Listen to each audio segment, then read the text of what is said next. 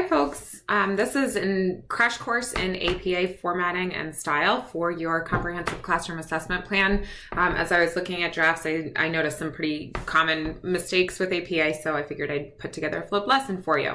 So I'll try to make this quick and straight to the point and to give you the skills that you need in order to cite appropriately. So if you haven't already, the best tool for you is the APA manual. This is what it looks like. It has everything you need to know. If you don't have it, the other option is to use the Purdue OWL. It's the Online Writing Center website. So I have it pulled up on the screen right now. Purdue OWL has recommendations for both APA and MLA. Make sure that you are using the APA style guide.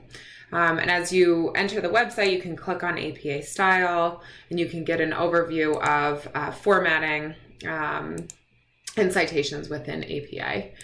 So if you click on, let's see, let me go backwards 2 steps.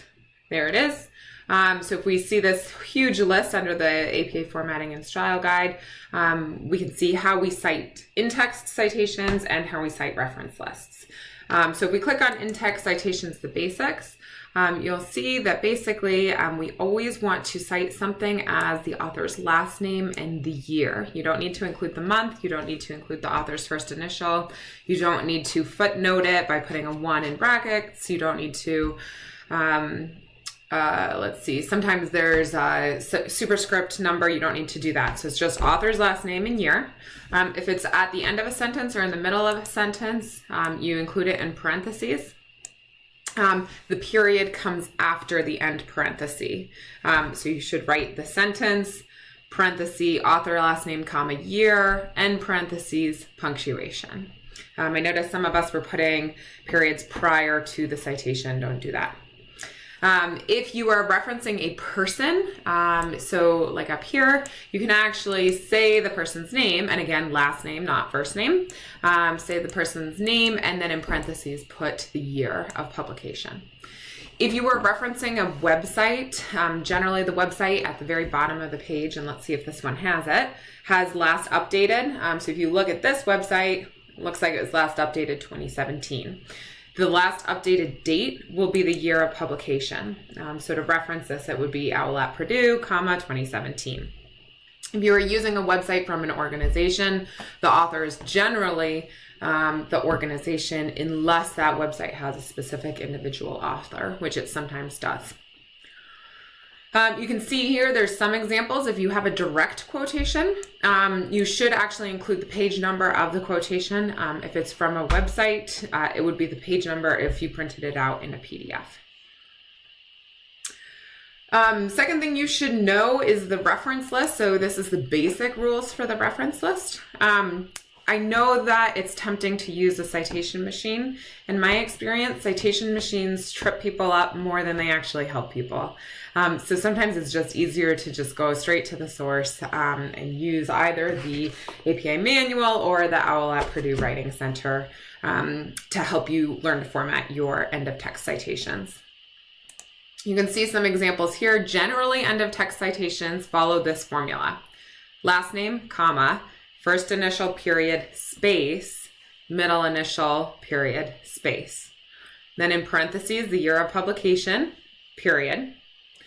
Then the title of the piece. Notice that in the title of the piece, only the first word is capitalized. If there were a proper noun in the title, then that would be capitalized as well. That's followed by a period. So if this is the article, this is then the journal. And the journal is all capitalized and in italics, followed by a comma, followed by the edition number, and then the page numbers. It's general rule of thumb. Let's say, though, in your background, for example, you had some individual discussions with people or some personal communication. So you could look through here and find, okay, reference list, other non-print sources. You look in here, interviews, email, and other personal communication. This is how you would cite it. So you've got that reference. I'll show you again. So this is the OWL at Purdue Writing Center, or the APA manual is really your best bet in terms of learning to cite. I'll show you an example of how it looks in a text. So this is an example of a background paper from a student not anywhere near us. Notice that the running head, you'll include that as a header in the Word document. I'll show you quickly how to do that if you don't already know how to do it. So you open up a Word document. To get to the header, you double click and you find the header. You can type in running head, colon.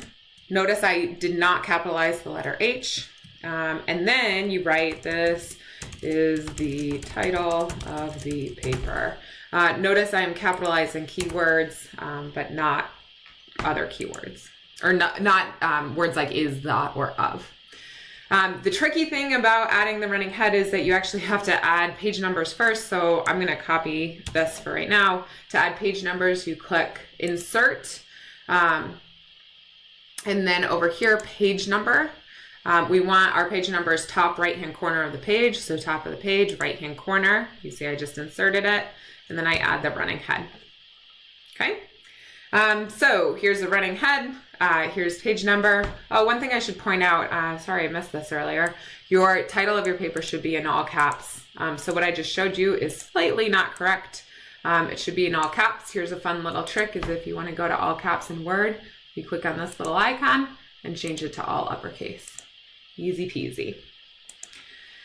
This is what the title page should look like. So the title of your paper, the university, course number, date, and then the professor. As we scroll down, when you start a section, you should center it but not bold it, and then start writing. So you can see the writing here. I do want to show you what an in-text citation looks like. So I think it's on this page. You can see that this particular student cited the Ohio Department of Education. So they discussed a statistic. As they ended it, it's parenthesis, ODE, comma, 2011, end parenthesis, period. At the very end, you should include your reference list. So if we scroll down, we see this person's reference list. So you title with references. Should be a hanging indent. I'll show you quickly how to do that. So I will just copy this reference. So in the Word document, here's what the citation would look like without a hanging indent. To make it hanging, let me make the text a little bit bigger so you can see it. I'm going to highlight and right click. I'll click on paragraph. And then under indentation special, I click on hanging. And it should change. Let's see. Hanging. I don't know why it's not doing it. So sometimes there might, oh, I know why. There we go. Sometimes if you copy from a PDF, there's a space in between, or a tab in between the lines. So I just fixed that really quickly. If you have questions about that, make sure you let me know. Notice the reference list, how this is formatted. This particular reference is from a website. You don't need to say the date that the website was retrieved from. You just need to say retrieved from and then give the specific URL. So notice that they didn't just say ode.state.oh.us. They actually gave the full URL to get to the reference list. That's your quick crash course in APA. That's kind of the major things that you should know as we move forward. If you have questions or concerns about APA, just shoot me a quick email, check Owl at Purdue, or I'm happy to look over drafts for APA as we go. Hopefully this was helpful, and have a great day.